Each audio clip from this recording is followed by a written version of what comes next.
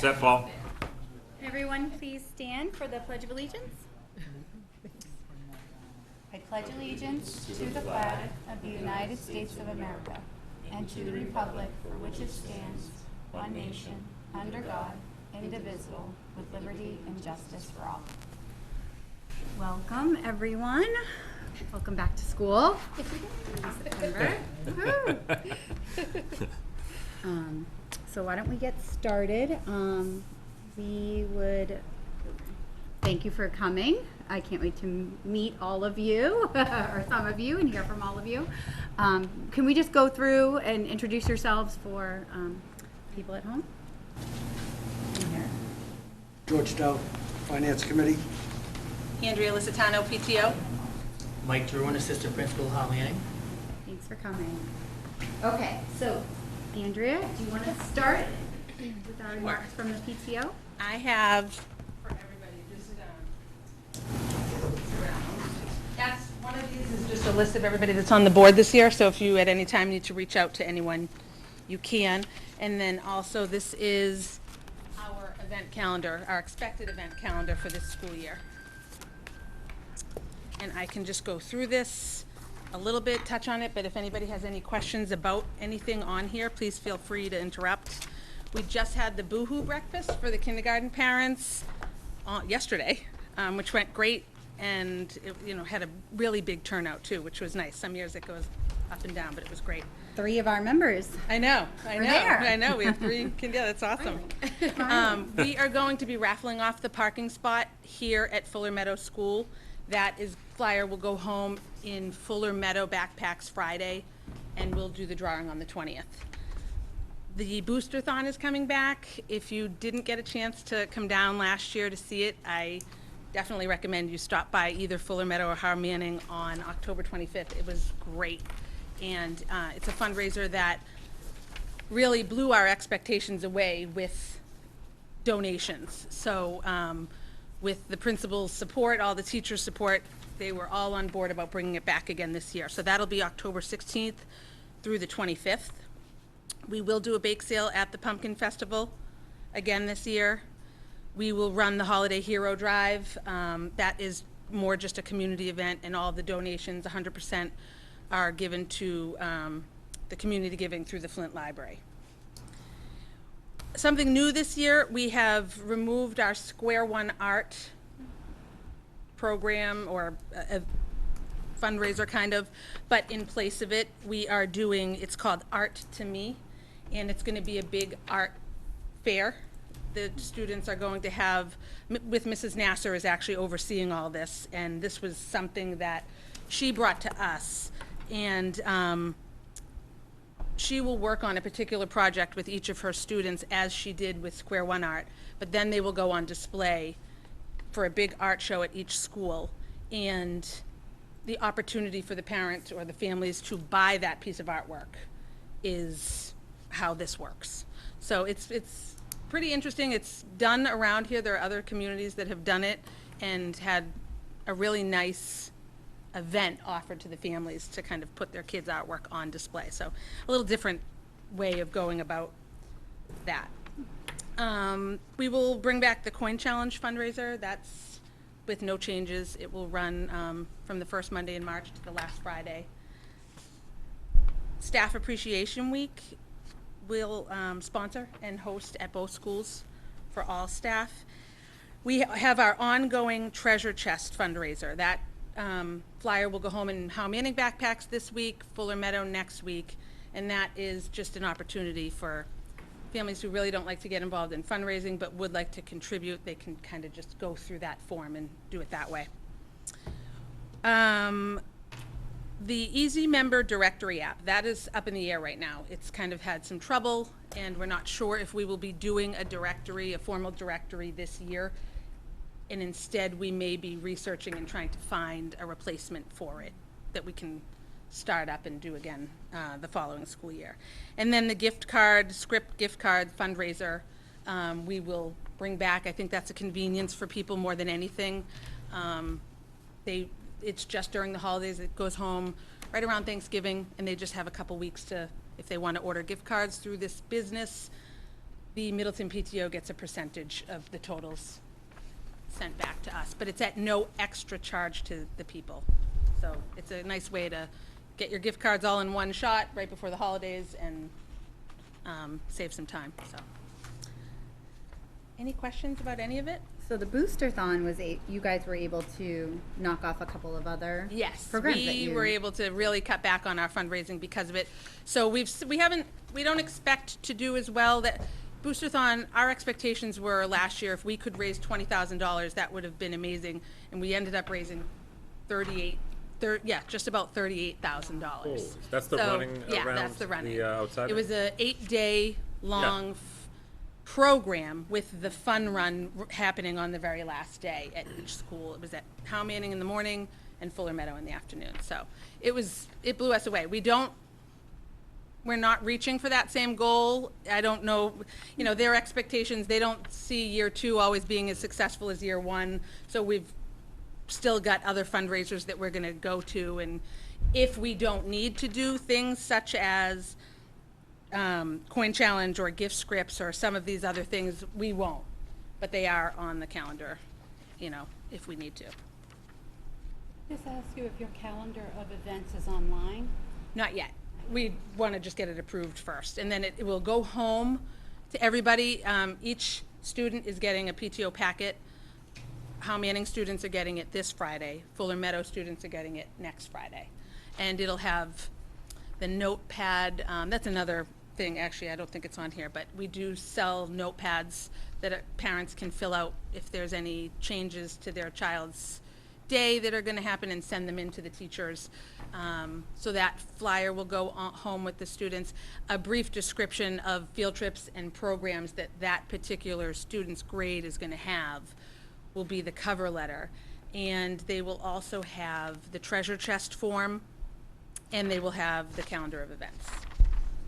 Yeah, not too much, but enough information for them for this point at this time. Thank you. You're welcome. That's Thank you great. very You much. guys do Yeah. so much for us, so Yeah. thank you very much. Our pleasure. It's fun. Great. Thanks, Thank you. Andrea. Okay. Any other reports from other committees? Yeah, so I think in Okay. this section, if it's okay with the chair, we'd like to have Jeff introduce Mike, who is our new assistant principal over at Howe Manning. And can we say welcome to Jeff? Thank you. You can. Thank you. We absolutely can. Welcome, Jeff. Thank you. It is my pleasure, after a long summer of interviews and searching, to introduce Michael Druin to the committee and the town. Mike comes to us from most recently Malden, where he was an assistant principal, also in Salem as an assistant principal, and Lowell as an elementary phys ed teacher. So welcome, Mike. Thank you. Welcome, Mike. Really excited to be here. It's been a great start. Really enjoying it. Thank you. What are your early impressions, Mike? I'm blown away by the building. Yeah. I'm blown away by the people in the building and the routines that the students already have. It feels like, late November already. Yeah. It's just, they just have it working. Yeah. It's a fantastic place. Yeah. Thank you. And to Kristen's point, certainly we are appreciative of Jeff stepping in here into the role that was vacated when James pursued a position in a different town. And Jeff has willingly stepped up into the principal role, and we are very, very excited that he is in that role. I think Jeff has a lot to offer with all his experience as a principal. Jeff was 16 years in the Chelsea Public Schools. 16, Jeff? 22. 22. 16 as principal? 9. 9 as principal.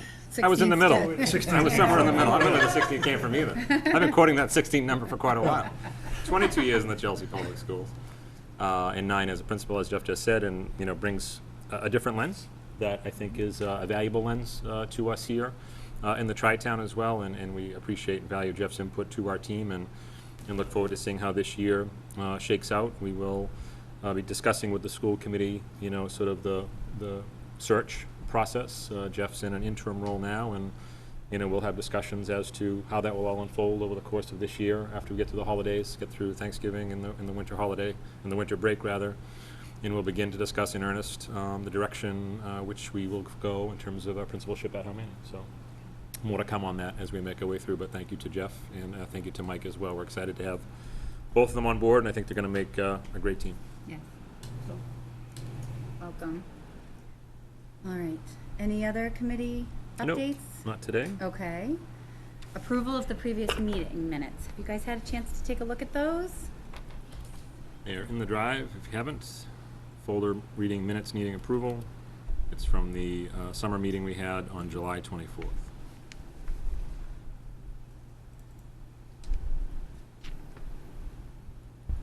If you've had a chance to review them and want to make a motion, then feel free. I will make a motion to approve the minutes. Anyone second that? I'll second that. Okay. Any questions? No?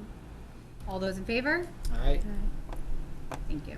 We had everyone look at them before Yes. we got here, so. Excellent. That's a Yeah. great process to follow as we move forward, Yeah. particularly as the minutes start to stack up on us and get longer, so Mhm. that'll help us. Great. Okay with the chair, go right into Okay. my report. Yes, please. Excellent. So opening day meeting with staff. We had a big welcome back to staff, or with staff, on Monday, August 26th. And we have, what we've done in the past and what we continue to do this year, is we bring the staff from all three towns together. Masco was kind enough to let us use their facility for that welcome back. We don't have a facility big enough to hold the staff from all three towns and all 6 schools. And so Masco has opened the doors to us. In the past, Kevin Lyons, now Mike Harvey, who's the new superintendent at Masco, he was more than accommodating in terms of allowing us to use the building as well. And so it was a fun opening day, welcome back to staff. We really wanted to involve students this year. It was kind of a surprise to the staff. I had reached out to the music department across all 3 towns, and the meeting started literally with a bang. We had sort of a marching band bust through the doors from Topsfield Elementary Schools, and that really led us off and led us into the pledge. And then about halfway through the program, we had the choir and the chorus from Middleton entertain the crowd. They did a nice song, Baby Shark. Was the name of the song? Baby Shark. They did a great job. And then we have an inclusive rock band in Boxford that closed out the show. And they sang some rock songs, and they have mentors who are students at Masco who have gone through the Tri-Town schools. And so they're mentoring our students who are in this inclusive rock band, and it was really a nice way to end the show. So I really didn't even need to speak with all that. It was amazing, I really I didn't know. need to even address the troops. No. But in But the you did a nice job. well, so thank you. Thank you. In the drive there, I just want to run you through a few of the slides just to give you a quick overview. You'll see TTU opening day is the file. It looks like a big back-to-school chalkboard. But if you click on that, I'm just going to quickly take you through some of these and give folks a minute to get in there.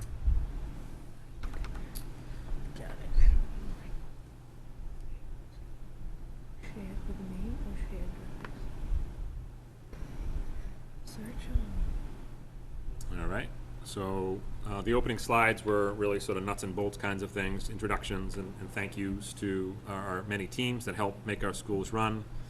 As I said that day, there was no real place to put this policy. It was kind of clunky, so I just inserted it there. Slide 4, I don't know if anyone saw this on social media, but this was a young girl who went off to school one morning, and slide 5 shows the after picture after she got home from school that day. I don't know what happened at school that day for this young girl, but that was literally one day of school before and after. We did our annual service pins, and we celebrated staff who have been here. You can skip Kermit, who have been here for 5 years, and you can see the list there. These are people across all 3 towns. Staff that have been here for 10 years of service, I'm on slide 9. Staff that have been here for 15 years of service, 20 years of service, 25 years of service, and then we had 3 staff members celebrating 30 years of service within the Tri-Town schools. 2 of those people, Linda Rapucci, is an administrative assistant in Matt's office, and Antoinette Valcourt is an administrative assistant in the superintendent office, and both celebrating 30 years within the district. So they have a lot of history. They were here before it was the Tri-Town. They were here when it was 2 towns. They were here when their office was in Fuller Meadow and not at the central office, and they've seen a lot of change over the course of time. So we did our annual service pins, and then what I led to, and really what continued the discussion that we've been having with staff for a while, this is JFK's speech at Rice University, just talking about when they were wanted to go to the moon. And in the second minute of that little 2-minute speech there that's on YouTube, he talks about, we're going to go to the moon. We haven't built the rocket yet. And oh, by the way, we haven't actually built the metals yet that the rocket will need to actually get to the moon. But hey, we're going to the moon and we're going to get there on this date. And it was that sort of bold vision and contagious optimism that I think is what we need in our profession, in public ed, and we see it every single day in the Tri-Town. I've just been so inspired by the staff who are excited about the direction that we're heading with the support of our communities and with the support of the school committee, and really thinking differently about our model of public ed. If you go to slide 15, I've been very intrigued by Heather McGowan's work lately. She has a think tank called Work to Learn, and she talks about really to move into this fourth industrial revolution, which will really get into machine learning and artificial intelligence and virtual reality and things like that. Really the future of work is always going to be about learning. It'll be continuous learning. And there's a brief clip there, if you get a chance to watch that. It's only about 2 minutes long. But then I pulled some of the slides out from that clip. If you go to slide 17, really over the course of centuries, we've gone from do everything yourself to learn a barterable skill, to hyper-focus on a marketable skill, to really that last picture of learning to learn, adapting, and creating new value. And that really is the model that we're in. I mean, you see that, I'm sure, all in your workplace. It's not a function anymore of just do everything yourself or learning a barterable skill. It's learning to learn, constantly adapting, and making new value for your organization. A heightened level of self-awareness is what is needed in this new work mindset, and one's ability to learn, adapt, and value creativity. This is a shift from learning to do to learning in order to continuously learn and adapt. Slide 19 gets into 4 out of 5 CEOs say that the skills gap in creativity and problem solving make hiring difficult, and nearly half of the jobs may be lost to automation within the next 2 decades. That's that fourth industrial revolution. And this whole idea of problem solving, if you click on that little clip for a second, just click on the little YouTube clip there, it should play. And just watch this. This is sort of the struggle is real when it comes to problem solving. This is someone trying to problem solve on a plane, and they are trying to put the suitcase into the overhead bin, and trying again, and finally someone comes over and offers a little bit of help. And it was just a matter of turning the suitcase, and now the suitcase is, in the overhead bin. And so this idea of problem solving, you see the girl sort of snickering there at the end. This idea of problem solving and that we need to teach our kids, that skill, that's all baked into the work that we're doing each and every day. You might have to click off of that slide to move on, so just click back to 20 in order to move on, otherwise you might not be able to arrow down. Slide 22. Well, we have a substantial technical skills gap. We also have a shortage of non-technical skills. This is when we talk to you about social emotional learning. That's what that gets into. And then that slide 23, what I said at that point was, I don't think this alone is going to get us there. This idea of, the bubble test and responding to a standardized test, it's going to take a much heavier lift than that to get us where we want to go. So then what are we doing in the Tri-Town and the work that we are working on together as a group? Really trying to create dynamic learning environments that cultivate creativity, problem solving, innovation in our students, and a lot of that is built around this idea of design thinking. Design thinking always begins with empathy, having an empathetic approach to solving a problem.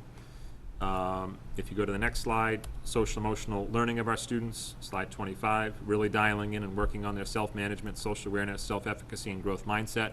You're going to hear Diane and Jeff talk about how we're doing this even further when we get into the school improvement plans tonight.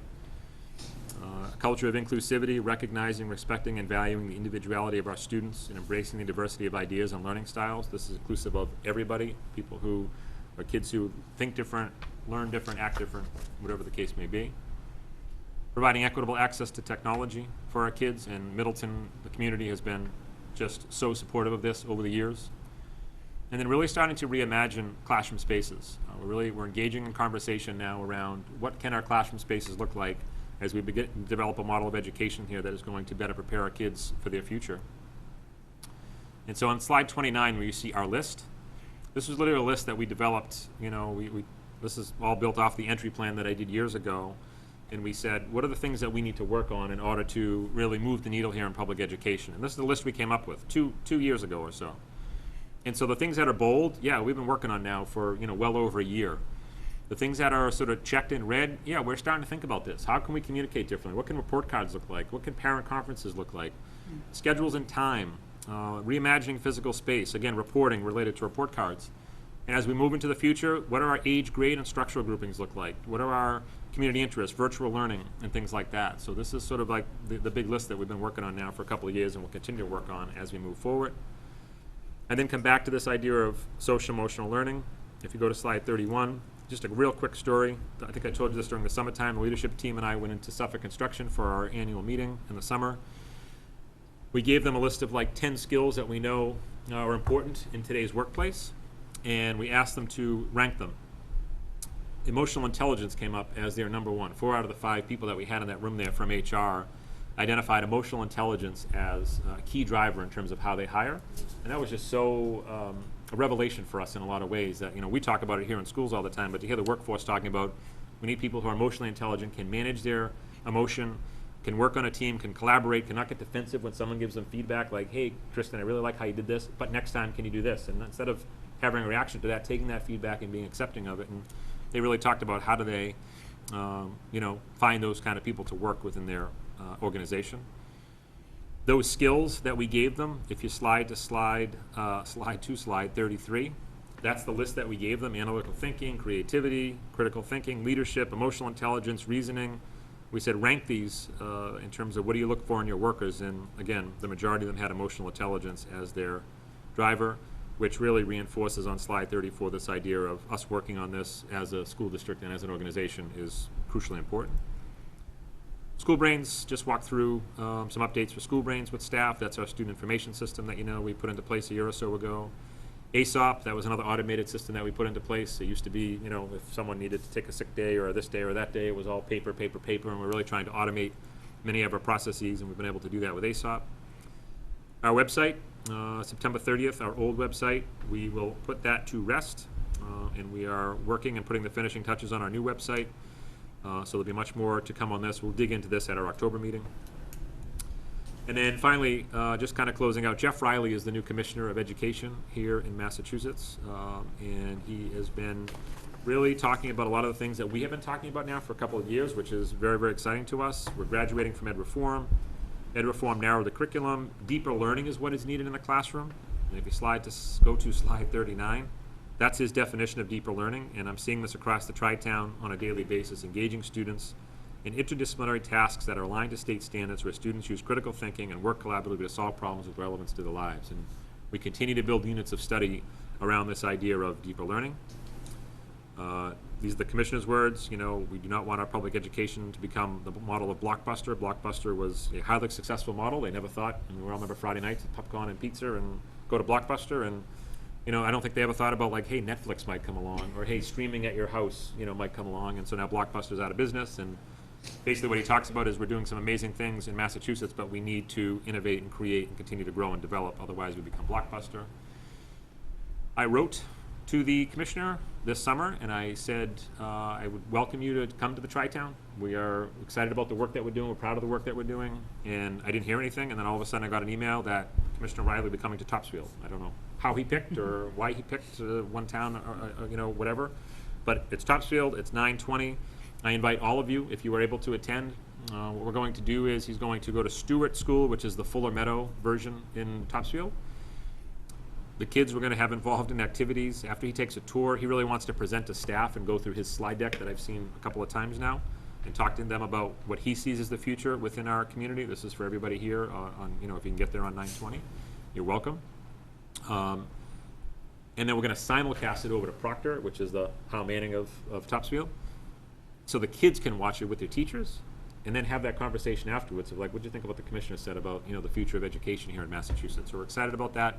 It's at 1 o'clock at Stewart School on 9:20. If you are able to come, please feel free to do so. We'll let the office know there that we may have school committee members and principals from our other towns coming over to see the Commissioner. And then this was sort of a quote from the Commissioner: if we do this and give more authority, we have to make sure that we don't screw it up, so don't screw it up. So as I said on the bottom there, no pressure, just lots of pressure. And then a couple of quick things from the community angle. Tri-Town Community Read, we read Life is Good a couple of years ago as a community read. The public libraries in all 3 towns are leading the charge on radical kindness. It's from the creator of Blue's Clues and Daniel Tiger's Neighborhood, and she's a protege of Fred Rogers. Angela Santamero talks about kindness and how it can impact and affect our lives. And when we think about the world today, it seems a little less kind every single day. How do we make the world more kind? And so this book will be the community read that we're engaging our communities in. A plug for Tri-Town Parent University. It's our 2nd annual Tri-Town Parent University. This is held at Hal Manning. We have a core group of principals who work on this for the past 2 years. This year we have a keynote speaker in Charlie Applestein. He'll talk about a positive, strength-based approach for effective parenting. and then we'll have a bunch of breakout sessions like we did last year at our parent university. And then finally, I always share this quote at the beginning meeting because I think it's so true. If you want to feel secure, do what you already know how to do. If you want to be a true professional and continue to grow, go to the cutting edge of your competency, which means a temporary loss of security. So when you don't know what you're doing, know you're growing. So I always say to staff, when you have that sort of white knuckle feeling, that's a growth period for you, and you are heading in a new direction. I sent home a webcast to parents this year as well, as opposed to a letter, and really to try to lay the groundwork for a lot of the things that we're working on, and the feedback on that was very, very positive. I got some nice emails back from folks excited about the direction that we're heading, and really wanting to learn more as we go along. So appreciate the support from the community as well in terms of all the conversations we've been having across the tri-town. So that is a 10-minute version of a little bit longer presentation, probably with a little bit more energy on opening day, but there you have it. So open to any questions or comments or feedback. One of the points that you had made, and I think it's important for new member, for like us as a committee to understand, is this is a continuum, and so it started a couple of years ago when Scott came on. I think it was starting before that, but then Scott came on board and really cemented what we were trying to do, and so it's been a continuum. So I liked what you had said at the beginning of your meeting, that every year you get in front of your audience, your teachers, and say, this is what we're going to do this year, and this is what we want to do this year, whereas he's been saying this every year, and it's continuing to evolve. So it's kind of nice that it's like, it's not a new goal, it's not a new objective, this is where we're going, and this is how we're getting there, and these are some of the things we've been doing. So for me, it just like kind of tied it all together, like, keep doing what you're doing, and if you're not already doing it, here's some of the things that you could be doing. The teachers were really excited. I think it was an enjoyable, I thought it was a great meeting. It's been a good kickoff. I mean, someone sent me a quote, which I find to be very true. At least 80% of leadership is communicating the same thing over and over to your team, peers, and management until you start hearing them say it back to you. You know what I mean? And that really is key in regard to leadership, because it is and I've said this a million times, but it's worth saying again with newer members. The reason we're able to do all this stuff is because of all the things that have happened before, right? This district in the Tri-Town enjoyed and still enjoys a continuity of leadership. I've worked in places where new superintendent every 2-3 years, new principals every 2 or 3 years. You can never get anything going because it's always like, okay, let's get everybody to meet the new person. And when we look at the principals groups that was been here for a while, and we look at Dr. Creedon, who was here, and Sharon, who was here, because of that longevity, and I've said this before, the analogy is we didn't have to go back and fill a bunch of potholes when we came in. It was like, let's cut down trees and build new roads. I've been in places where the first 3 years there's a lot of potholes to fill because there was a lot of leadership churn, and that's not the case here. And so we're very fortunate that in the Tri-Town that we've been able to enjoy that. So,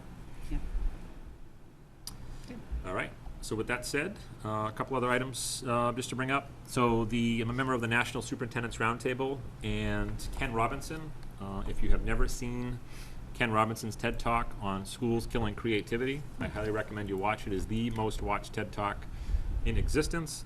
I've used it in a number of trainings over the years. It's at least 10 years old, if not older at this point. It still resonates today in terms of the work. One of the things that I was asked is to really try to attend more national conferences and bring these ideas back to the Tri-Town. And so Ken Robinson is presenting in early October, and so I'm going to see him present, and that'll be more influence on the work that we do here. So I'm excited about that. So I'll report on that probably at the November meeting, because I think it's after our October meeting. And then just another plug for TTU Parent University. If you click on the link on the agenda, that will take you out to the website that the principal group has made, and you can see there all of the sections up top, in the top right-hand corner where it says more. These are sort of some of the breakout sessions that will be offered that day. And then as you scroll down on that website, you'll see a little bit more about Charlie Applestein, the keynote from 8:30 to 10:15, and then the breakout sessions 10:30 to 11:15 and 11:30 to 12:15. So we have a full day there. There's babysitting available. There's a video clip there as well, and the address and the map of where it will be taking place, and all of our support from our sponsors. So we're thrilled about that as well. So that is Parent University. If you weren't able to make it last year, it is phenomenal. Really? Yes, it was worth every minute. Yeah. I didn't want to leave, it was- honestly. it was I think I was the last one to leave. I really enjoyed it. We had a great keynote speaker Yeah, Dr. last Dagger year. was awesome. So, So we're yeah, expecting I'm the same. excited. Yeah. From Charlie Applestein. So with that, if okay with the chair, we'll turn it over to Mr. Greenberg. Yes, please. All right, good evening. Good evening. What was included in the drive is the financial closeout for FY19. And very pleased with how the fiscal year worked out. That at the end, we turned back $12,074 on a budget that was $11,883,166. So again, very pleased with how the budget played out. I did get a couple of questions from George with regard to a couple of areas concerning the insurance and the utilities. In the utilities, George, when I look at it, it's really consumption versus budget. And with the insurance, same thing, enrollment versus what we plan for in terms of enrollment, changes in enrollment with changes in staffing. So with the, insurance is a crapshoot. You take, when we develop our budget for the insurance, first of all, we look at what our actual enrollment is at that point in time, and then we anticipate or we plan for a percentage increase, and then we leave it alone.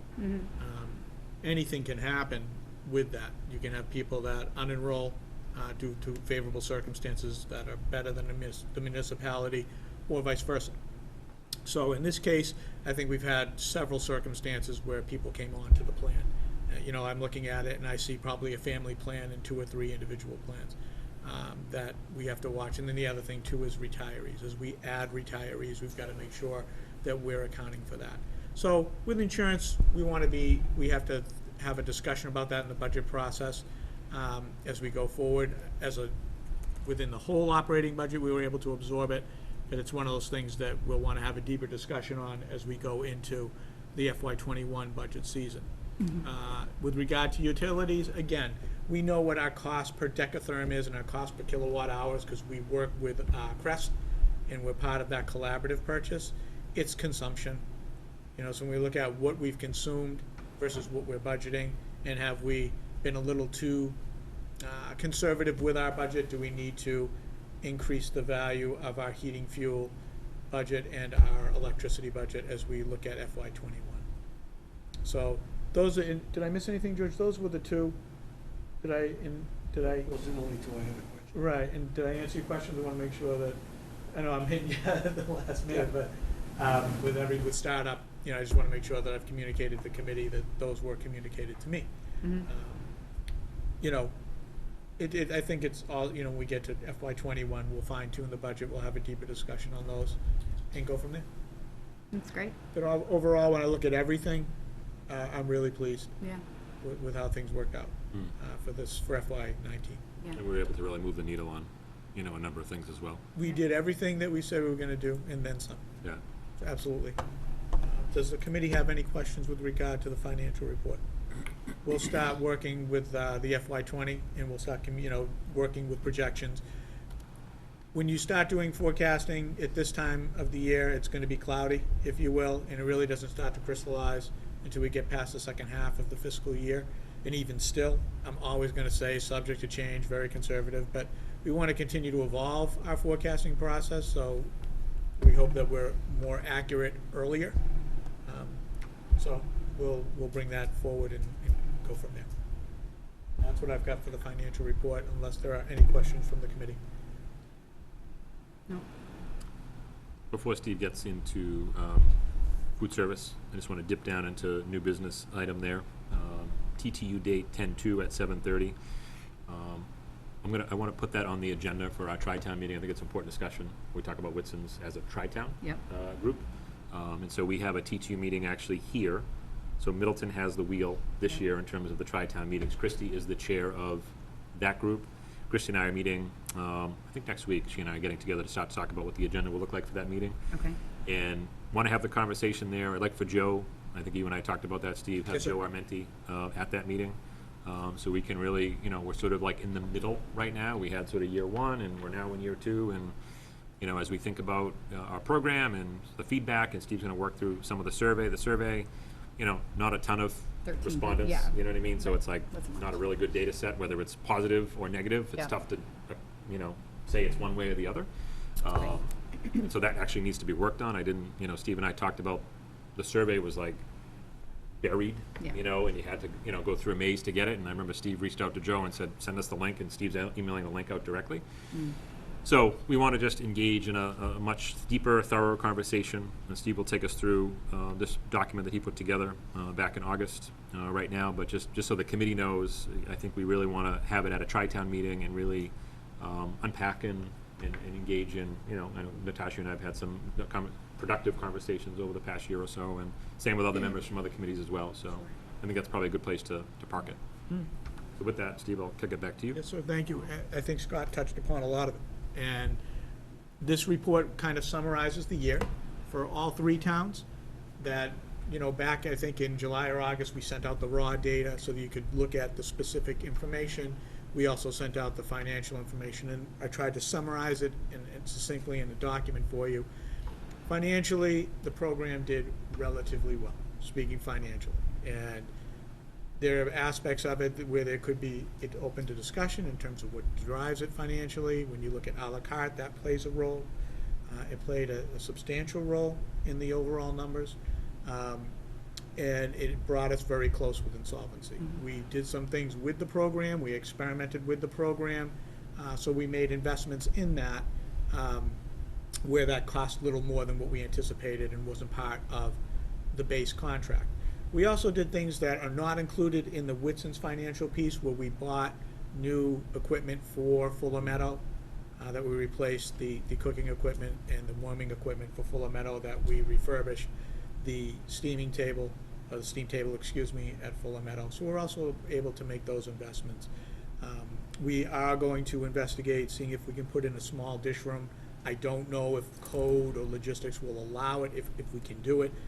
But we are going to continue looking into that to see if we can go to trays, plastic trays versus the styrofoam or disposable. So that's a longer term goal, because again, the first thing I'm going to check into is code, and is it allowed with the building inspector, septic, so on and so forth.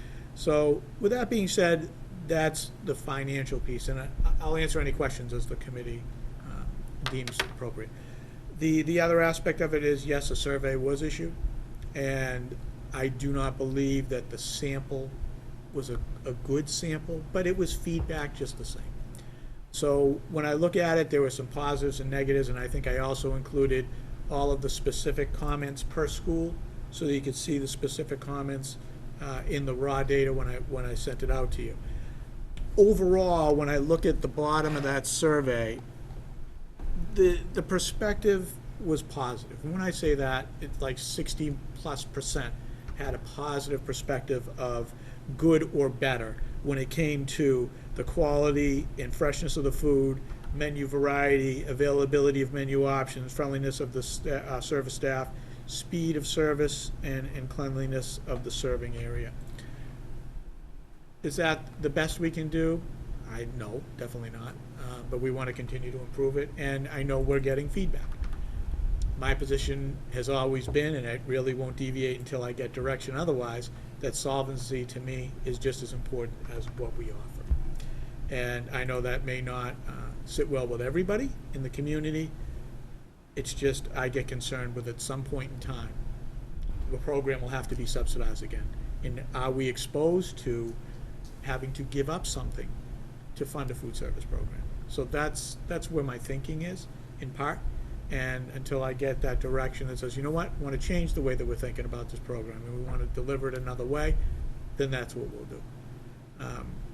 So as we continue into FY20 and year 2 of this contract, you'll see at the bottom of my report that I have 5 goals that I want to work on with Whitson's, and that's to continue to work on our menu options, to work on and to continue to increase participation in the Type A lunch. That's important. Place more emphasis and more effort with marketing the program, improve the survey process for the stakeholders and participation. So we'll be sitting down with them again to go over that, and we want to push these things out earlier and more than once in a school year. And finally, improve the consistency with staffing, and I think that they are working on that. I do believe we have a position that we still need to fill at Howe Manning, if I'm not mistaken, but they are working on it. again, the market in terms of employment is not in our favor, that there are things in the private sector or in other areas of work that are more lucrative, and it's harder to fill those roles at this point in time. That, regular day transportation, and a couple of others, to say the least. And we've seen it with custodians as well. So at this point, I'll stop and answer any questions that the committee may have with regard to my report or any recommendations or feedback. I think it'll be productive to have Joe. I mean, I don't know if you've already emailed him, Steve. I will. I just want, Like him to be get at through that this. meeting Absolutely will. on October 2. Who was the woman that emailed us as well? Mrs. Friend, Kelly Friend, she's the Chief Operating Officer for Whitson's. Okay. And yes. Okay. And so I don't know if that's, if Joe is the rep or if Kelly is somebody that we, Could be John, his manager. Okay. That's the that may also participate. yeah. But I will send it to all of them, so you'll be CC'd on that. Because I view it as like anything else in life, right? Like there's going to be things that we want, and then they're going to have, boundaries and lanes that they have to sort of live in. And so I think that's where we hopefully creatively can think about how do we live in both of those worlds, right? Because I know one of the things we'll often hear, which it's an accurate statement, you don't have a high school, right? And when you don't have that, you don't have the revenue to say, hey, we're bringing in more money, we can do some things a little bit differently, and so on and so forth. So then it becomes a conversation around, okay, well, maybe you would want to charge more, right? So now you charge more, you put different options in, but there's some point, there is a point where, like, I forget the word, there's a phrase for it, but like, when you charge more and you get less participation, Yeah. and so you have better offerings, but you have less participation, so now your revenue is, so there's got to be a sweet spot there Yeah. somewhere, right? Yeah. And that's what I think, what Steve has as goals here, continue to work on menu options and look at other districts' menus and continue to increase participation. So I think it's a healthy time. We're through year one, like we had to get through sort of year one to see like, what do we have? Like, what's the baseline of where we're at? Right. And some pretty close to solvency in 2 of our towns, and one of our towns not even close at all Right. to solvency. And then at the same time, looking at the menu options and how we can, make that a more attractive program as well. So I think lots of moving parts, Yeah. but I think a TTU meeting is really a good spot to have that dialogue. So I think I'll Yeah. talk with Christie, but I think if we carve out, Yep. it's early enough in the school year that, that shouldn't be a ton on that agenda anyway. Be a good opportunity to kind of dig in and let them know the feedback. Yeah, and see where we want to take it. Exactly. too. If we have a plan, if we have requests or a plan, or. Yep. It'll be interesting for all 3 committees to hear Yeah. each other speak. I would agree. About yeah, it. I think so. Too. I think that there'll be some things where everyone is in the same place. Yep. And then there's other areas where it'll be interesting to hear perspectives. Yeah. But yeah, I think that works out real well. And how's the staffing going? You answered the question, but I know last year was bumpy at the beginning. Yep. How's it going so far this year? And I'll let the principals speak Okay. for it. They're on the front line. I watched the Fuller Meadow lunch yesterday in first grade and kindergarten, so it's always funny to watch them. The only group that's shorter than me. But I thought it went really well. I thought, even though we got the styrofoam trays, I took a couple pictures with the Fuller Meadow presentation. I thought it was pretty good. Okay. I've got to get over to How Manning. I want to see How Manning's lunch, but I'll stop and let the principals give you feedback on Okay. what they've observed. All right. All right. I have one question, Steve. Yes, sir.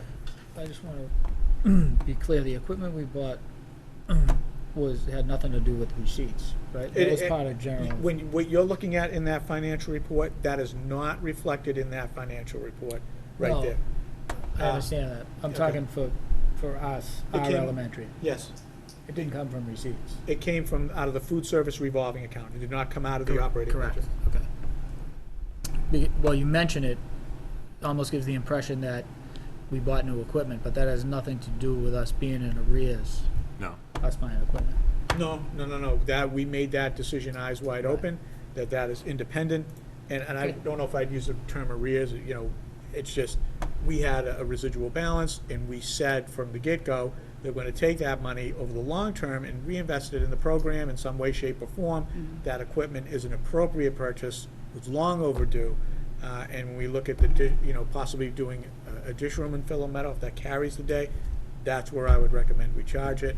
George, I think, has given us feedback, it should go through the capital process, So we're gonna vet that out, and again, everyone goes into it eyes wide open if it carries the day at all. Stephen, we also invested in sort of signature meals along the way. Thanksgiving, yep. So when's the first one? Thanksgiving? Thanksgiving, I made it clear right from the get-go, stop planning Because Thanksgiving. when we met last year, you know, the four of us, were there 3 or 4 that we had come up with? We came up with, I think it was, let's say several, so. Several? Okay. Yes. Because I know we have a spring meal, we Yes. have the Thanksgiving, and then I think we're doing something in the middle. Somewhere with the holidays, and then, yes. Yeah, I mean, So- that was well received, I think, by everybody. Yeah, I think we won't do barbecue chicken again for the spring meal, but we'll work on that. Okay. But Thanksgiving, I made it very clear what I wanted. I thought last year was, I ate 2 or 3 lunches from not how many, Cole School. It was really good. That's what I can say. So I hope that standard is realized in Do all that in honor of situations. Mark Perez. Yes. 3 meals. Yes. Yes. Mark would be happy with that. Yes, he would. He'd be very proud of you. I can't stand up to Mark. He would be very proud of you. I Give have, Mark an attaboy. sorry, I have one quick question about the financials for Whitson's. The programs like Tasty Tuesday and Geo Days, are those part of the big number? Like, those are, They're charged to, those should be getting charged to the operating budget. That's why, when you look at the operating budget, Yeah. we have a budget line for health and wellness. okay, And so those things should be getting charged there, so there's one part that's for stipend and then the other part for non-salary related expenses. That's Oh. where they should be getting charged, okay. all right? And those meals, same thing, like the holiday, the special That gets charged to the operating budget. operating, okay. So when that's why I tell them right out of the gate, you know, when Thanksgiving, that's what's, you know, to my heart. This is what I want, you know, I just stop planning it, you know, whatever you gotta do to get that done. And so then when we decide whatever else we wanna do, the more notice we give them and the more specificity we give them, less chances there are for things coming out in a manner that we didn't expect. Okay.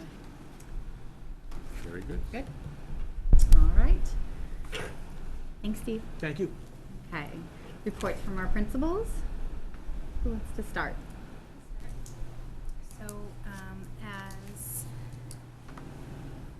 So opening day for last week for grades 1 and 2, it's always a nice way to start, ease in with just 2 grade levels.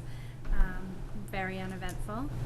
Kindergarten during those 2 days, we also had kindergarten visiting and kindergarten coming in for their screening. So it was nice to get them in the building when they just visited with their teachers, and we went on the bus ride, and it wasn't a hot, sweltering day, so that was actually really great. And I will say, as 3 of the kindergarten parents here can attest, they were probably one of the quietest groups of kindergartners I've ever met, and I'm already seeing that in the cafeteria too, which is a little strange to me. I don't know, I'm used to them being a little bit louder, so it's been nice so far. And we did kick off kindergarten yesterday with the Boohoo Breakfast for Parents, and it was very, very well received, so that was fantastic. So really uneventful opening days, and we'll keep it that way.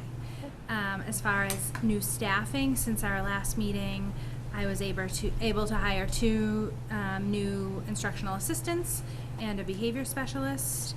I hired Marissa Mousseau, who was an IA at Howe Manning, and she is working in grade 1, and she's been doing a great job. And Andrew Delani is also working in grade 1 as an IA. And we have a new behavior specialist here at Fuller Meadow, Kevin Jordan, and he was formerly an IA at Stewart School. So they've all done a great job integrating themselves in, all hands on deck, doing a really great job. As far as the enrollment is in, I know it wasn't in there earlier, but it is in there. We, in our office, we're still trying to work on School Brain, so it is a little quick and dirty, sorry. We'll get it for you in a more formal way for October. But that is in there, and it's somewhat what we projected, around 80 or so for each of K and 2. Grade 1, we did have several move outs, which I was not anticipating, so that number's a little bit smaller then, but it still is over 100 for grade 1.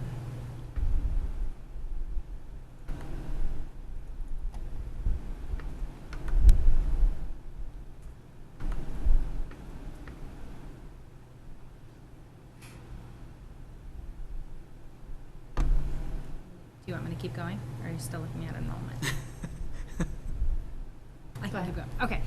I wanted to revisit a couple of things in regards to the gift account. At our last meeting, we had talked about how we were working with the PTO and bringing sticks and stones to the entire district. And we did get the final amount for that, and it's going to be $8,172 per each school. And the PTO is willing to give $4,000 per school. So a little bit less than half. So we'll be looking for $4,172 from each school to come out of the gift account. So I was wanting to bring that, although you kind of approved it at the last meeting, I wanted to bring that number forward to you so that you knew exactly how much we would be accessing from the gift account for that program, which is tentatively scheduled, but nothing has been signed at this point. So And what is the amount? So I remember looking back, or remember you telling us that it was like 8,000, but it was over the course of like.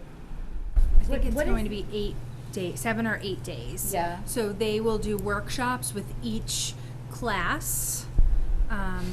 We have to put together a pretty specific schedule so that each class has time with the performers. And it's, I don't remember, but like each grade has a different amount of time. Some grades have 2 45-minute sessions. Other grades have 3 45-minute sessions. The oldest grades in the school get the most amount of time because they're the ones who are ultimately doing the performance at the end of the week. Okay. So we have figured out that we'll need 7 days, and so that is the cost for 7 days. And is this something you would bring back every year? I don't think it's something that we would bring back every year, only because of the expense. Yeah. But it would be nice. I think we want to experience it right now and see what it's like because the other tri-towns have experienced it. Oh, okay. And so we want our students to all have that same experience. And then I think we need to get on the same page with the other principals to decide, is it a cyclical thing? Do we do it every 3 years, every 5 years, or whatever? I mean, I think it would be cost prohibitive to do it all every year or every other year. But I think we want to experience it once for now and then go from there. Is this replacing another program? No, it's in addition to. In addition. Yeah. It has been very well received. I'm going to put that on, Diane, our TTU principal meeting, so we have that discussion around Okay. cyclical or not cyclical or whatever the case may be. But it was, Boxford started 2 years ago. I think Topsfield had it last year. Yes. Very, very well received among everybody involved, the parents, the community, the kids, and really positive message. It fits in with that whole idea of kindness and the Empathy. social emotional learning that we've been talking to our kids about. Okay. Is it a parent-involved program? There is at the end. There's a big Yes. production at Is the what I'm end. understanding. Okay. Yeah. At both schools. Yeah. And so that would be coming, the So the PTO. 4172 would be coming out of your gift account for Fuller Meadow and the gift account for Hal Manning, or is Fuller Meadow? I think funding? we need to see what's in the gift account for Yeah, because it didn't. Hal Manning, because I don't think the Hal Manning gift account has nearly enough. They don't have as much as No, Fuller Meadow, but I both think it could was- handle it, just so you're aware. Is that for the 3 years? Isn't that what we talked I about? know, I was getting confused too. There was something else that we talked about. That was Alice. Funding. Alice? Okay. That was Alice Ready. Alice was for 3 years. Alice was the 3-year. It was $5,000 over the course of 3 years. So divided by 3 and then divided by 3 again. Preschool, So yeah. $5,000 over 3 years divided by the 3 schools and then divided by 3 again. Ended up being like $864 per $864, school. yeah. Exactly. Yep. Yep. So do you need approval from us? I would appreciate For approval funding, tonight yep. so that we can let the PTO know that they can sign a contract. Okay. And when are you hoping to roll this out? So we have it scheduled. I believe we've worked around the MCAS schedule. I think ours is in March, I believe. February. beginning February, January 30th through February 13th is what's on the calendar right now. But that's, I think, 7 days. Okay. And we're March 30th to April, I think the performance will be right around the 7th, April 7th. All right, does someone make a motion, to approve using, or drawing $4,172 from the, Fuller Meadow gift account and the Hal Manning gift account? I don't know how you want me to I would say just, phrase that. I would from the recommend gift. to the committee that they do a motion to participate in this, was it Sticks and Stones? Okay, program? so not necessarily And specify a not dollar with a amount? specific number, that a portion of the cost to come from The the gift. appropriate gift accounts. Okay, I'll make that motion. okay. Second the motion. All right. Could I have it spelled out for me, please? Steve did such a great job. A motion. Participation. A motion to approve Dr. participation. Ferrero, is it 1 year?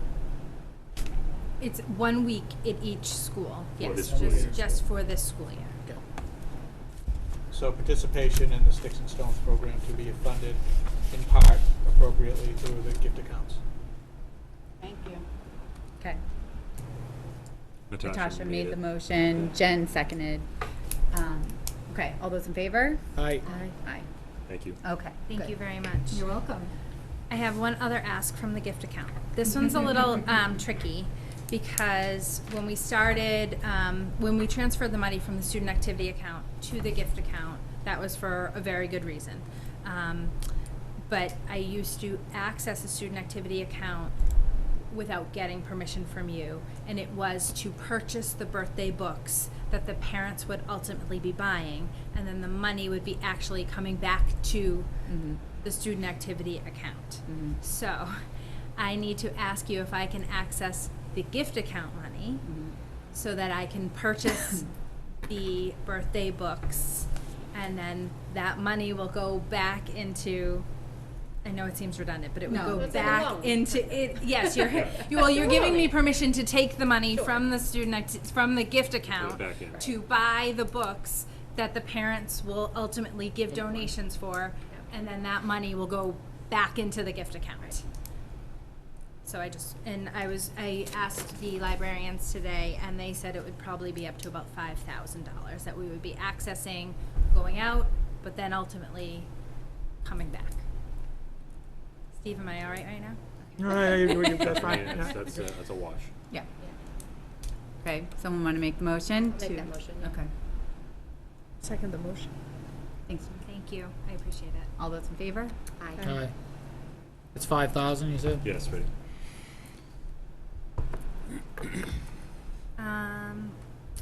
My other things will be talked New about at the business, end? yep. Yes, okay. Great. So opening days at Hal Manning, as Mike had said, went very smooth. A lot of focus on routines and procedures so that we can continue to have smooth days, and we can dedicate more and more time to instruction and not routines and procedures in the middle of the year. That gets taken care of at the very beginning. Kindergarten started yesterday, pre-K started yesterday.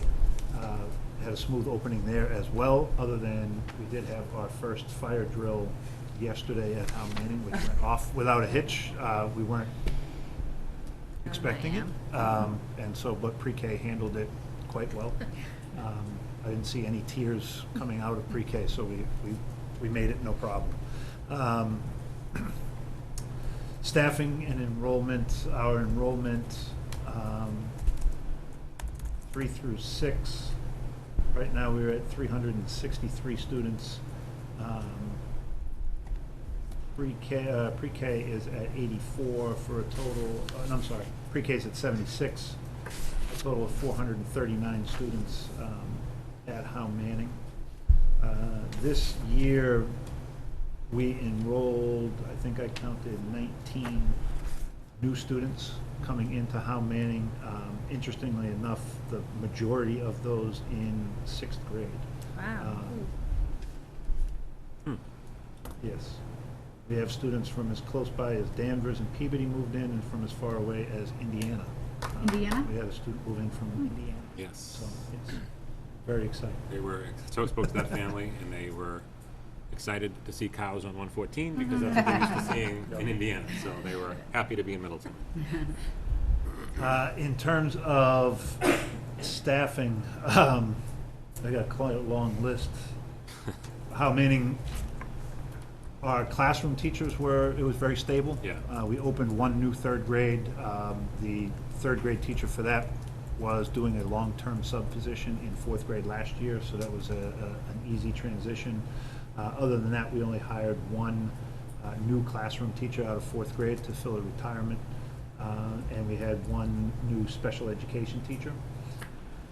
Other new hires, we have a new librarian, a new nurse, a new assistant principal, a new behavior specialist, a new school psychologist, and right now we have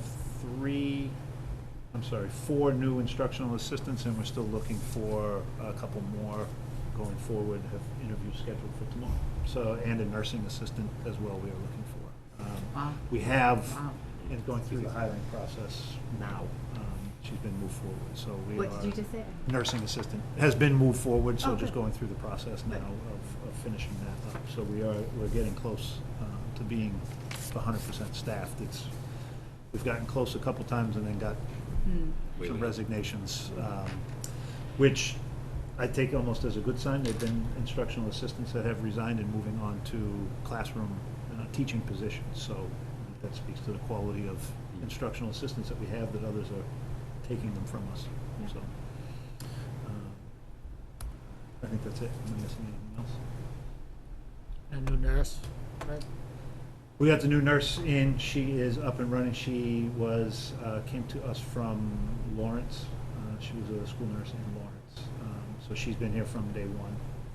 We got her end of July. We were able to wrap that up. And she's been Good. busy. Yeah. I was going to say, it's a fun Busy time few of year days. in terms Yeah. of all, it's a lot of hiring, but it's, you're bringing new people into the organization who are, are thinking along the same lines in terms of the direction that we want to go, and the principals are very thoughtful about who they send to central office to be interviewed by myself or Matt. And so it's been a busy summer in that regard, but it's exciting to see the new additions. Great. All right. What do we have next? Take So a new few of business. these out of order maybe, just to Okay. kind of move through quick. So number 2 is, we already talked about just the TTU date, so that's 10/2. So our Middleton School Committee will be on a little bit of a timeline that night, because we'll Yeah. want to button up by 7:15. Give everybody 15 minutes to catch their breath before we go into the TTU meeting at 7:30. Diane's going to talk momentarily about a program review that we conducted with our before and after school program with some recommendations. In the drive, there are 2 surplus lists. We have a surplus furniture list, and we have a surplus technology list. We'll start with the tech. This is a Tri-Town scrap list. You can see it, it's a PDF in the drive. If you double click on it, this is equipment that is 7 years old.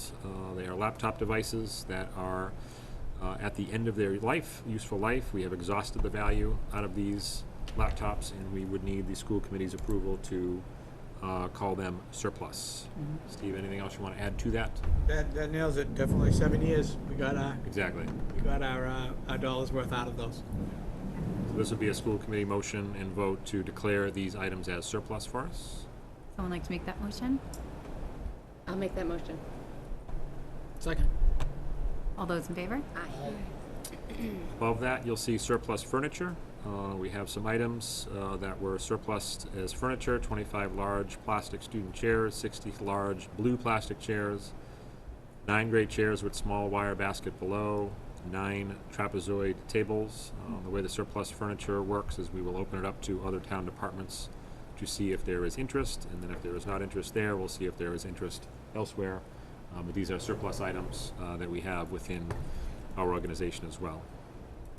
Where are these all coming from? 60 large blue plastic chairs? So they've been in our storage for a long time, and now we've We need that emptied classroom. that spot for, And there. a lot of it was left over from Hal Manning. Okay. It's not, if it was furniture that was useful for us, we would be using it. Yeah. It's, the chairs are too big for, The little people. Okay. They were in the, if you go down to the portables or the modulars, there was a room there that just became the place where furniture went to die. Yeah. We now have reclaimed that space, and that furniture now needs to be used somewhere else. Okay. All right. Would someone like to make the motion to surplus this furniture? I'll make the motion. I'll second that. Great. All those in favor? Aye. Great. thank you. Plan, before and after school program review. So I spent some time in the spring reviewing the before and after school program, getting information. I had been the administrator for that program since I had started, and I just really wanted to learn more about how it was perceived within the community, how it was perceived by people working there, and the family feedback was great. They love the program. They clearly want it to continue, and and are thankful that our community offers such a great program for their students to be safe before and after school, starting at 7 a.m. and ending at 6 p.m. So that was good news. And then when talking to the staff and the other people who work there, there was some good, bad, and in the middle. And so in speaking with Dr. Morrison, we came up with a plan to sort of like look at each part that sort of needs a little tweaking or tightening up or things like that. And so that's sort of where we are at this point, working on how to pull the staff together. And the amazing thing about the program is that, and I don't know the date that it was created, I think Mr. Greenberg might, but sorry, I don't mean to put you on the spot. And I can't hear you. The program's been going for a while. I'm not sure when it was actually established, but it was well before me. It was well before Betsy Belanger. I mean, it's been around for It goes some back to time. Mrs. Fitzpatrick. Oh, wow. Yeah. Okay. So the program has absolutely grown exponentially.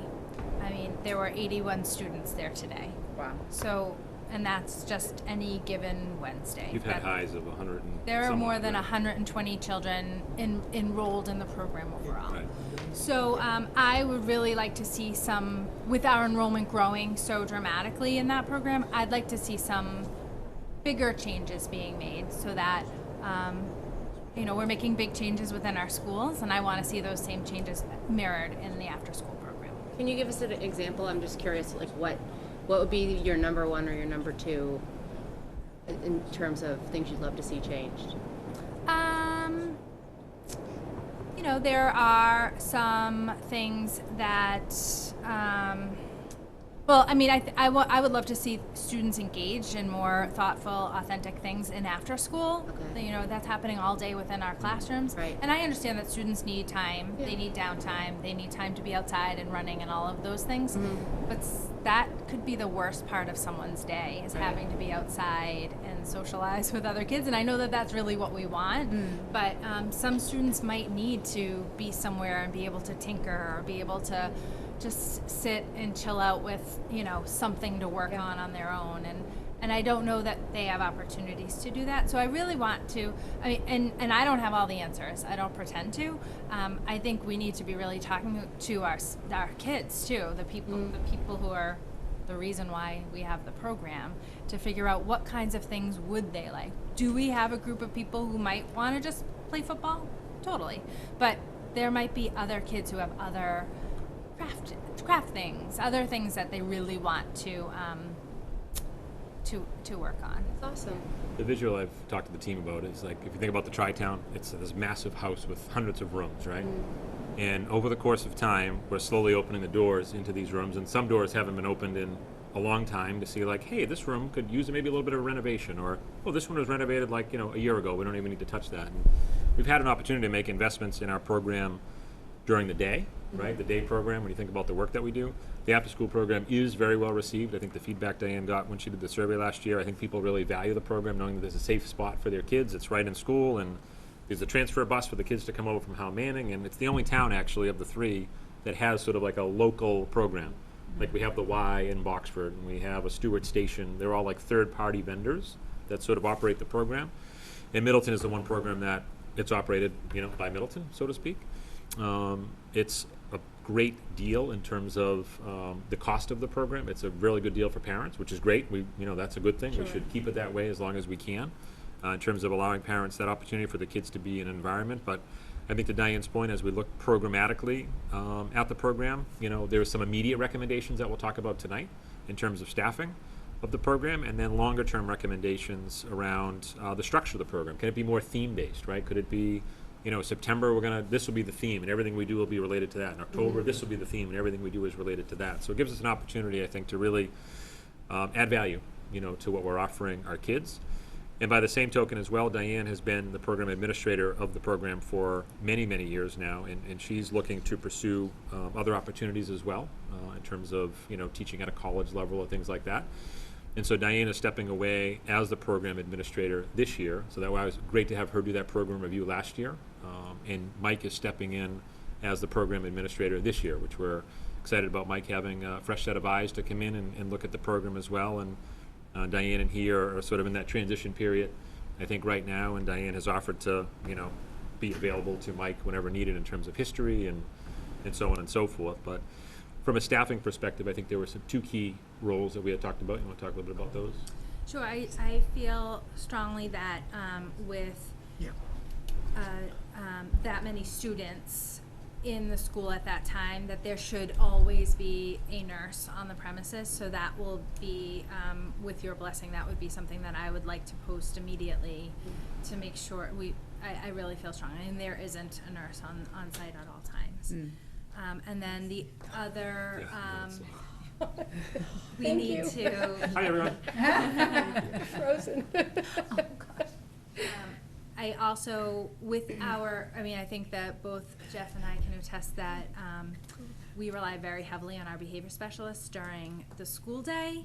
And it would be really helpful if we had a behavior specialist who is part of the after-school program as well. And it could be someone who's already on staff. It could be someone from outside who comes in. I'd love to post it and see what or Mike and I would love to post it to see who we get from that. But those would be my two next steps. And I would, put my recommendation behind that as well in terms of program development, program organization, and, I've run summer programs back when I was a teacher, and, having a nurse full-time is key for so many reasons. The medical needs of our kids are diverse. The behavioral needs of our kids are diverse. We're seeing more social emotional needs of our kids during the school day. That doesn't just disappear at 3 o'clock, right? When the school day ends, it continues into the after-school program. And, we have such high-quality people here that people have stepped in the past and have just, sort of, for lack of a better word, donated their time and, participated in the program if help was needed in terms of working through a particular situation. But for a budget for these things and for the cost of these things, it's not obviously it's a 1.0, but it's not a 1.0 in the sense of 6.5 hours a day for 180 days during the school year. It's a 3.5 hour program? No, it would be probably 3:30. Yeah. Our nurse is on site Till until 3:30 or 3:15, 3:15. So I would say 3:15 to 6. Yeah, so less than 3 hours a day. The program, as you know, we do collect tuition and fee. Steve, there's a revolving account associated with that program. There would be dollars to support the addition of a nurse and the addition of a behavior specialist for this year. Okay. It would require a deeper conversation moving forward around what we currently charge. Steve is working up budgets and things like that as we head into budget season as to, what would the fee have to be if we do add, that level of staffing. But I think it's wise of us to, consider a nurse for the program and also this idea of a behavior specialist as well. So we wanted to bring those to the committee tonight and answer any questions that you may have about that and deliberate on it. Is that something in-house, or would that have to be? Good question, Freddie. So like Diane said, the behavior specialist, possibly. You know, you might have someone who's a behavior specialist now who might look and say, gee, I, got a great connection with the kids, and my schedule allows for me to continue to work until 6 o'clock at night, and I'll just roll right into that program. From a nursing Yeah, perspective. we would have to be careful because most people who work full-time during the day Yeah. have a certain amount of hours, and we can't have them go over 40 hours. So in my perfect world, I would have one person doing each of those positions, but we may need to Divide it concede up. with that. Right. We might not be So able it'd to be do that. like a part-time It could be position someone for doing 2 days, someone doing 3 days. It certainly could be. I think my eye will be drawn to someone who can do all 5 days for consistency's sake, but, I mean, I think that we can make part-time work as well. Diane, what's the head count now? Like, who's in there? Students, you mean? No, for teachers. So it's Mrs. Blicky who, can you just help us understand Program like, director, yeah. Yep, so. the so- positions and the? Yep, so Mrs. Belicki is the program director, Mhm. and then underneath her is a lead teacher. Mhm. And then there are several support staff that work under the lead teacher. And are they all, so, okay, the lead teacher is someone from, Right now, we have 2 lead teachers, Dale Marshall, and the days that Dale is not there, Stacy Belicki is there. okay. Okay.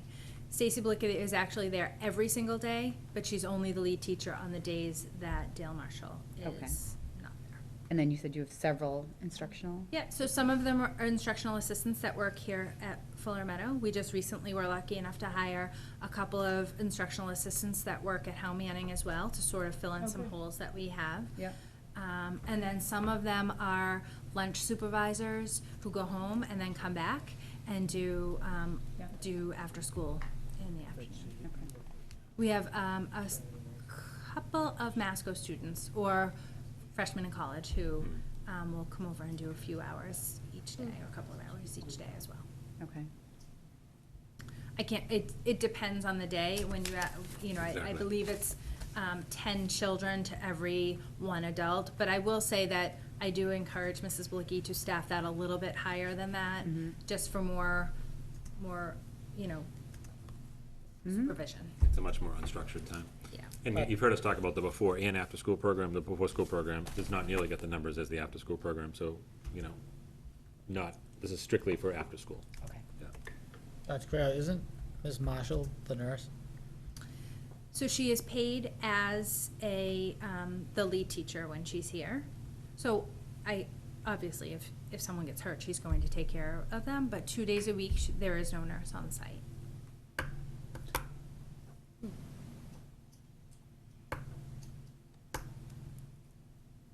So she's also working with groups of students. Right. In a teaching role. Yeah. We've had circumstances over the past couple of years where, it's important that we have a nurse on site, in my opinion, and a behavior specialist on site. Just depending on different situations that have come up, and, Matt's been involved in terms of certain circumstances that have arisen as well. And so it's just, I think it's from a program development standpoint, and if we're looking to, invest in that program in terms of updating it and matching the work that we're doing, one of the first things we have to think about is making sure we're sort of properly staffed within that program, and then think about how can we now do program development. And again, this is where, having Mike and Diane do that transition and continue to kind of watch how the program unfolds this year, and then think about how else we want to, maybe reorganize as we move forward. Can I just ask, I don't disagree with this, but I'm just curious, for the Topsfield program and Boxford program, is it staffed similarly? A different experience. I don't have that in front of me. I can find that out for you, Steve. I don't know if you know off the top of your head, but I can tell you that the Y, there's like the Y has a waiting list. We're running into some challenges in Boxford right now where they cap it. They say, look, we're capped at this number, and we have a lot of families in Boxford who I think would love if there was a program similar to Middleton. A program similar to Middleton, when you own it and you run it, it presents, a lot of its own challenges in and of itself, which is why I think maybe the other 2 towns have looked to kind of go to that third party, to outsource it completely and say, we will rent the building to you, YMCA, and you do your thing, and liability and everything else is with the third party, so to speak. And so it's just, I think it's really town-specific, but Steve, I don't know if you want to add a few more details. That was all I was gonna say, is that the programs are outsourced in Boxford and Topsfield. Okay. And I don't think they have the enrollment that. Yeah. That we do. Okay. And what's the age range? I know it can be kindergarten, or is it preschool? No, kindergarten through Grade 6. 6, yeah. What's the, Breakdown. There's Majority more, is- there is more Fuller Meadow students. yeah, okay. Or there are more Fuller Meadow Right. students, but we still get students from 3, 4, 5, and 6 that come over. And I think as they get older, it's a lesser amount, yeah. Yeah, okay. But we still have 6th graders here, But really, the bulk of the children are, K1 and 2. yeah, And probably 3. okay. Mm. Yep. I don't have that broken down, I could. No, that's, all right, what do you need from us? We would need, in order to post, Mm-hmm, we would need to, as I say, from a budget perspective, we would use revolving.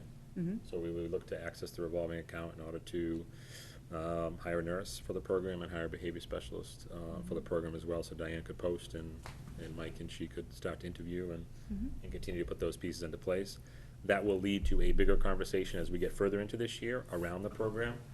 Steve, it's fair to say the tuition for that program hasn't changed in, A while. how long is a while? I'd say at least 4 or 5 years. Yeah. That, because we've had a residual balance, when I've added many of my feedback, because we've had a balance, like, why do we want to increase Correct, the cost? absolutely, That I don't use competition correct. as a factor for tuition cost. It's, Yep. okay, if we're using up our balance and we look at the cost of the program, then that would be the driver for recommending or communicating a tuition increase in these programs.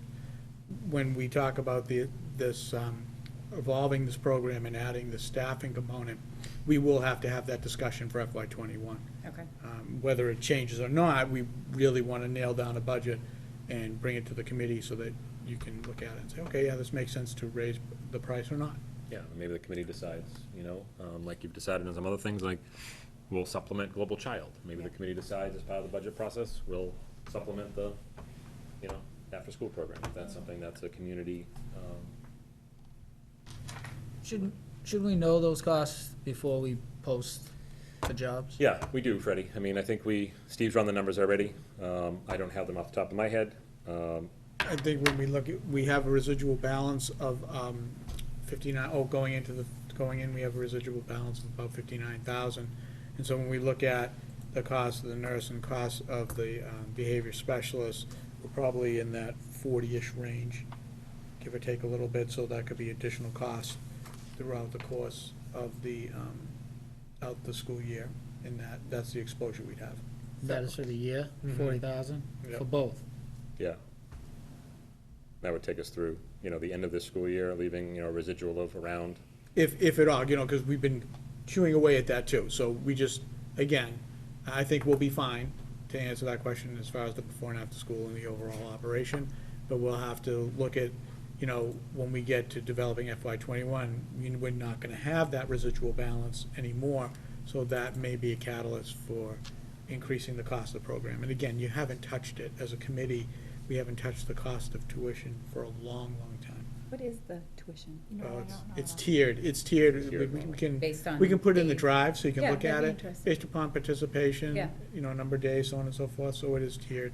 And then there's field trips and other things, so we can put that all in the drive, and then, if there's more questions, just email us and we can get those answers to you.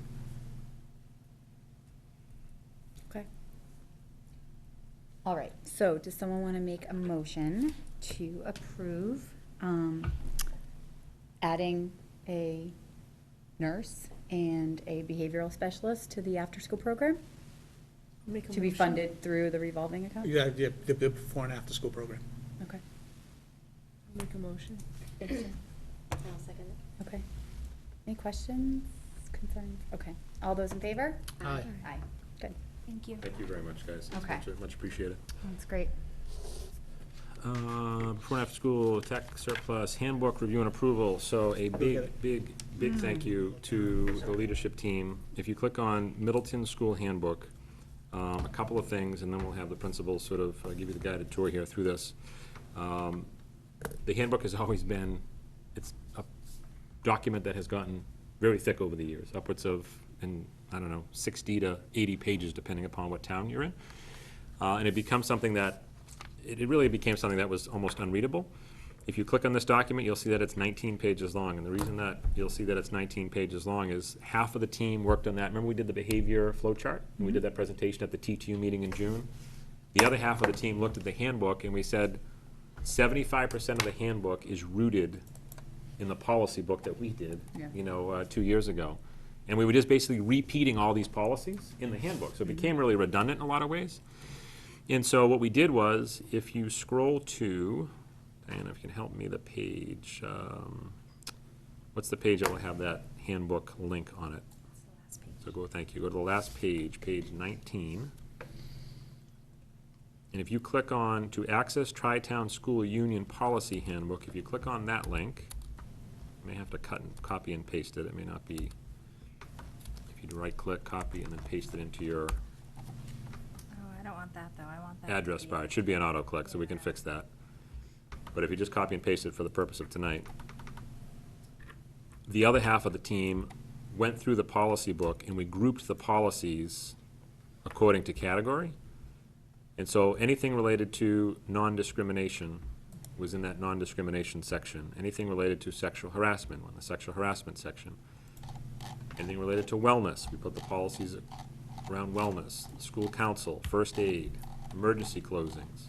And I know many are still getting into it. I can look up and see people jumping in at the moment. But we basically took the policy book and we grouped it in a way that all of the policies that are associated with the handbook are now in a separate policy book. So people can click through and read the policies at their leisure, as opposed to like shoving all these into the handbook. Great. Yeah, it really was, it was a big effort, but a well worth it effort.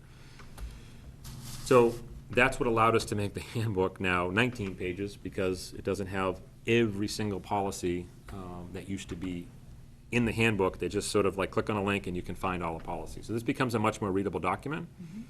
So if you go back to the handbook in the drive, go back to that page, you'll see there that Diane, Catherine, and Sarah?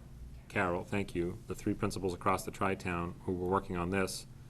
Now we have a handbook that is very similar across the three towns too. So we're almost kind of developing a TTU handbook to go with our TTU policy book, to go with some of the other TTU stuff we've done. So though it still says Middleton on the cover, if I handed you the Topsfield handbook right now, it would look very, very similar.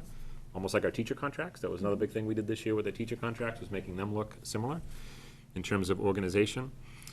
And so this is alphabetized after you get through the directory in the front. It's alphabetized by items that need your attention, and it's made it much more user-friendly. So Diane, any flavor or color you want to add to that?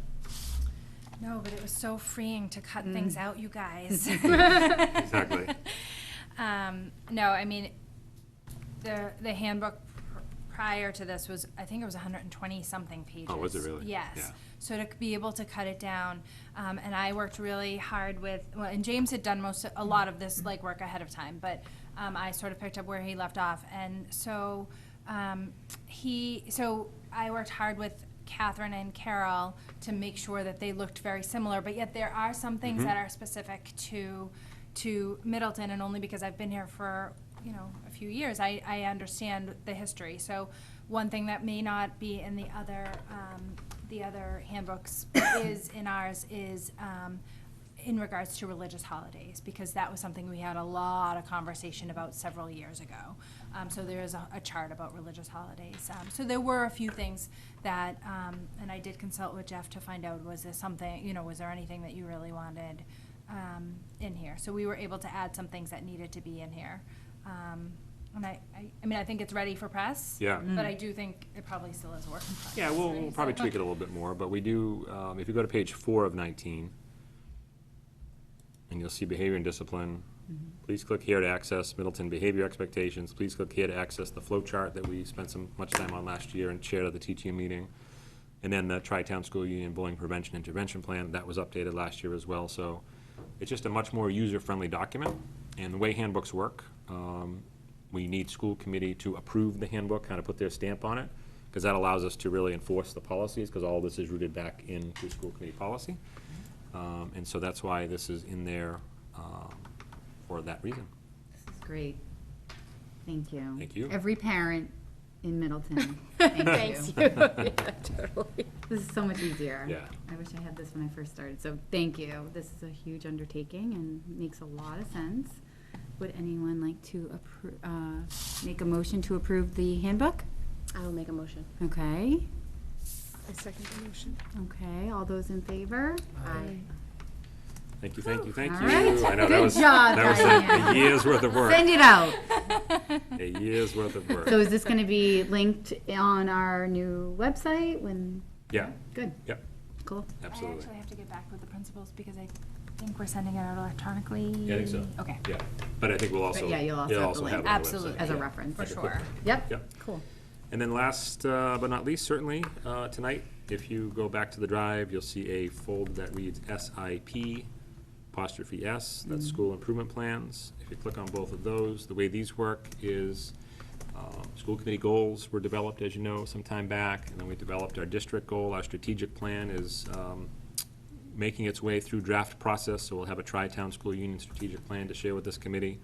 We've already shared some of that with the principals in terms of the work that's happening, and then the principals and their school improvement councils developed their school improvement plan. So if you guys want to sort of joint share, because I think you guys really try to align closely when you do This your was plans. done, this was written together, Yeah. absolutely. So And do then you- there might have been a couple of things that we tweaked for each school that, but, So for the walk most us part. through.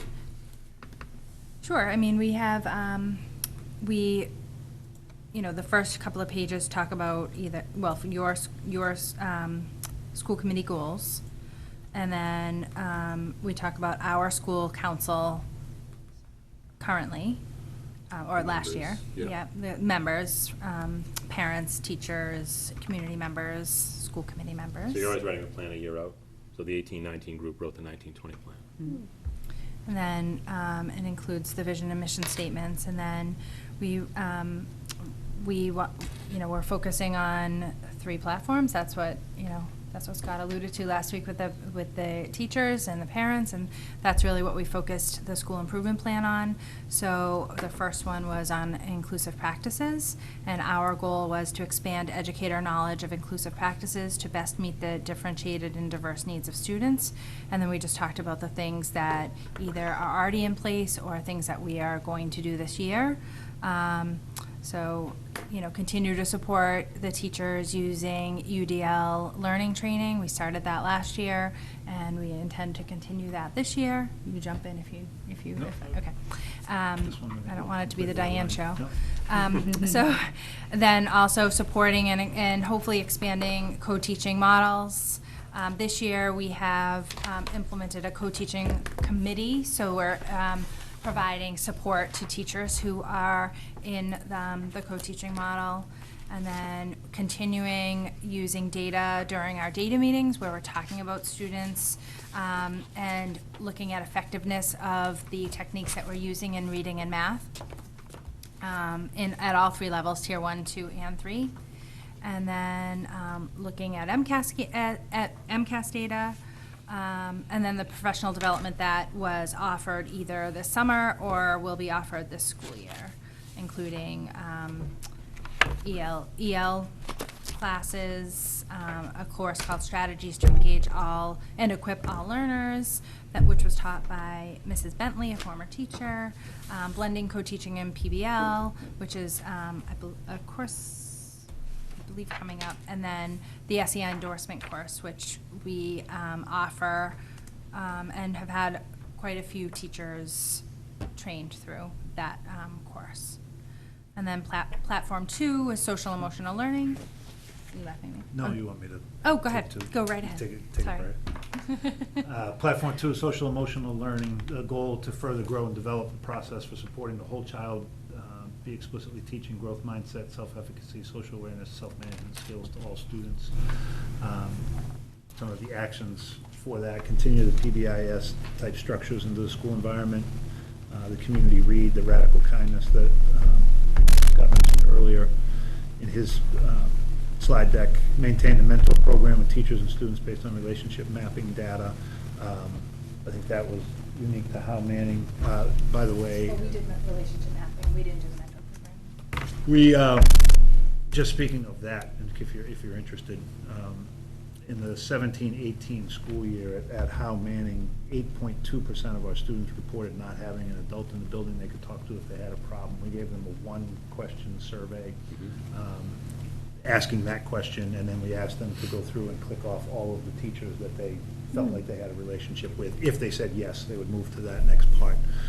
This past school year, 18-19, we reduced that number to only 2.5% of our students reported not having an adult in the building they could talk to if they had a problem. And I think some of that is attributed to the mentor program, not entirely, but I think that's a piece of it there. So we will continue with that. Great number. As well. Continue with discussions and analysis of instructional instructional techniques, SEL competencies at data meetings. So we have taken what's been traditionally just an instructional meeting, looking at reading scores, looking at math scores, and we have added the SEL competencies to those data meetings as well. So having those conversations at whole grade levels. Maintain and expand the number of Tier 2 intervention groups to support student acquisition of these skills. Again, using our school adjustment counselor, had pulled some of these groups based out of those data meetings. But we're looking to expand that this year with the new school psychologist as well. So hopefully looking to even double the number of those interventions. Analyzing results of the Oveus survey and the same with the Panorama survey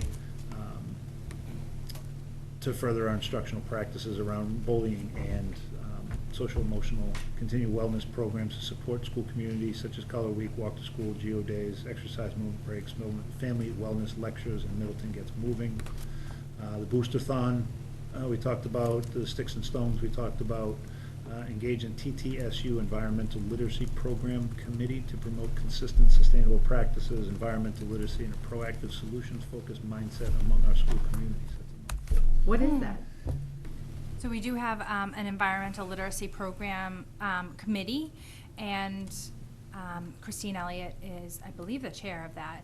And there are members from, I believe, each. All 3 towns. Yeah, Yep. all 3 towns. And then there are teacher participants on it as well, and they're trying to design a curriculum for each grade level to talk about, so that our students understand environmental issues within our communities or within our world. So it really is more of a more global.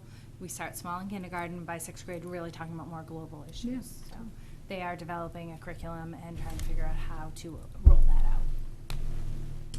The last 2 bullets, and that was just the implementation of the behavior flow chart and then ongoing professional development opportunities for teachers and social emotional learning as well. Panorama survey, I think, will be, and Matt, I just sent you a calendar invite for us to revisit that as well. I think that'll be very helpful with this goal that you guys have, the feedback that we get on that. And then the last one is about innovative teaching. So the Kira Clemency, who works as our math and science coordinator, she and I, along with a team of teachers, went to Design 39, as you know, in the spring, and so Kira walked away from that with this vision of what team time would look like for the teachers, and really reimagining it at both schools, and looking at how she can work with teachers to design instruction, to target design, instruction, curriculum, and environment. So, working with teachers on how they can use design thinking within their classroom, how they can change their instruction and make it more project-based learning or STEM, STEAM, all of that. And then helping teachers think about their classroom environment and what needs to change. So that is why we worked on the room in the modular, so that we have a nice place where we have a lot of people to work in there together, and then the teachers can come in there and collaborate with Kira and Melissa and Shannon and everyone, so that we can make sure that we're make sure we're collaborating and on the same page. And she has really designed that same room at Howe Manning as well. So It's like making sure that engineering is talking to production, is talking to HR, is talking to, it's just having that cross platform. Yep. Jeff and I will be continuing with self-directed studies for Middleton teachers.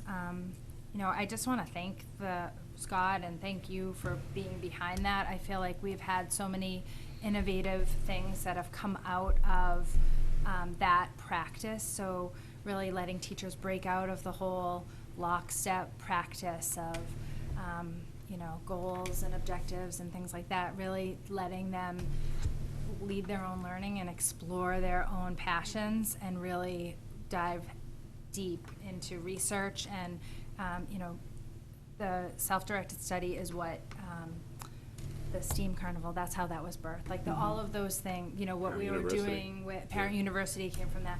What we're doing with Mrs. Dealey and the collaboratory, that's all from self-directed study. Those are all ideas that have been like in people's minds, and you know, people are just too busy or they have so many other things. Now they're given an opportunity to really entrench themselves in this learning. So thank you for that opportunity. We're excited to see what teachers are going to come to us with this year. So we'd like to maintain and expand the designs for Family Math Night and the STEAM Carnival, and then again, the ongoing professional development that we have done or continue to do. So school improvement plans strongly aligned with the overall vision that we have within the tri-county schools. And it's great to see, you know, just you can see how it filters right to the classroom, to the kids, how it all sort of, the knee bone is connected to the hip bone kind of a thing. And I thank Jeff and Diane and their school improvement councils, the parents and the community members who are on those teams, really developing a plan that's well aligned to our overall vision and mission. So. It was nice to have something to really hook it to. Yeah. I've written several school improvement plans, and sometimes you're sort of like, oh, what do I work? This is what we're working on. We don't have to worry about anything else. This is really what our focus is, and It's that's so- the most important piece. It just like wraps it all. Yeah. And I think, you know, we wrote this last year, 2 years ago? Yeah, 17, 18. As a Yeah. committee, these goals, our goals for the school improvement goals. And so we broke it out, you know, basically we started with what are the tri-town goals, what are the Yep. school goals, and then, you know, our goals were built off of that as well. And so these are our goals as a school committee. So it's really, I don't know if we've actually shared this with you yet in writing this way. I mean, we've talked about it. So this is just kind of nice to have it all on paper. And I like how it just flows into Tight. specific schools. Yeah, it is. Yep. Good. So that would be another school committee, if it's the will of the committee to approve the school improvement plans for the two schools. Someone wanna I'll make a that? motion. Second the motion. All those in favor? Aye. This is an easy night for Oh, us. we appreciate it. I mean, it's a Wow. lot of like, This is a ton of work you guys have yeah, been doing. it's been a lot of work, and we appreciate that we have the opportunity to Wow. bring it to you guys and Yeah. get it approved, and now we can continue down the path. Yeah, So awesome. there is nothing in correspondence, and I don't have any others. Steve or Matt, do you have any others? Bye, George. Goodbye, George. Good night, George, thank you. So that leads us to consent. Okay. How do we do this? Steve, bills and payroll. Yes, ma'am, bills and payrolls, if we could We vote just to approve approve as as- listed. As listed? Anyone want to make the motion to approve? So moved. Okay, Second? great, thank you. Jen, Jen. thank you. All those in favor? Aye. Great. Outstanding. So Okay. our next meeting is October 2, and we'll have TTU after that. And Okay. we're right after it. Meeting? Okay. Go ahead. Meeting adjourned. Yes. Thank you, everybody. guys. Wow.